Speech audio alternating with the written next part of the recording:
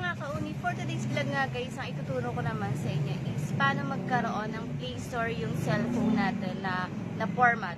Usually ginagamit to kapag ang cellphone mo is Redmi. Yung Redmi 6A, 7A, basta Redmi siya, yung nag-Chinese. Diba may mga cellphone na gano'n. So, usually kaya nagkakaganon yun is pinoformat nila. So, para mabalik or para magamit nyo pa siya, is pwede natin siyang downloadan nitong ituturo ko sa inyong apps. Kasi mawawala na yung Play Store niyan. So, hindi na kayo makakapag-download ng mga Facebook, Messenger, yung gano'n. So, ngayon, dito sa tutorial na to, may tuturo ako sa inyo na apps na pwede nyo pag-downloadan. So, panoorin nyo po ito. Para sa walang mga Play Store, ito yung para sa inyo. Ito yung marirecommend ako sa inyo. Punta lang kayo ng Google. I-type nyo lang ang Aptoide APK. Yan. Pagkatapos nyan, mabagal po ang internet namin. Ayan. APK download. Ayan. Tapos yung Aptoide 9.20.60 ang ida-download natin. Click nyo lang yung download. Super bagal. Scroll nyo lang. Ayan. Tapos pinutin yung download.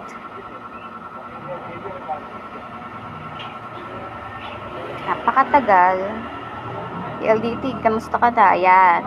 Click nyo lang yung click here. Ayaw niya. So, may click here ulit doon.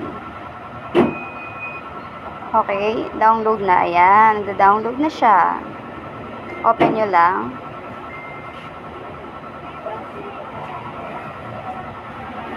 Back natin. O yan, na-download na. Install na lang para magamit na natin. LDT, napakabagal pa naman.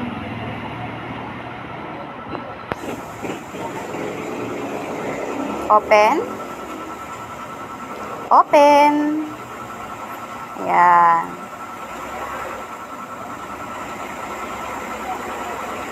Accept nyo lang yan. Ayan. Pwede na tayong mag-download.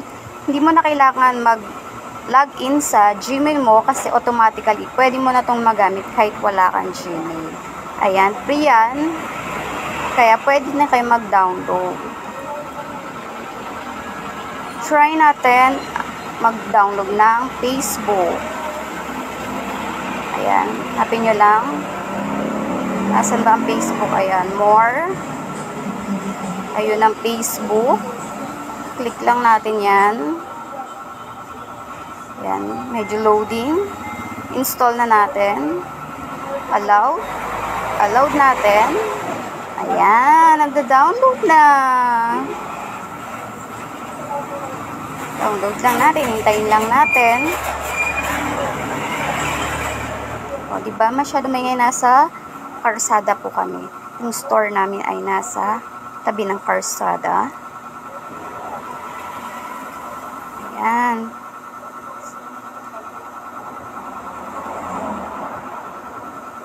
Okay, downloading.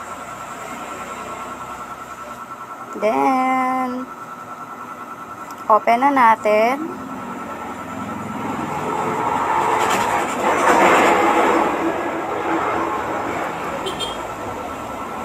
Matagalak talaga siya. Ayan.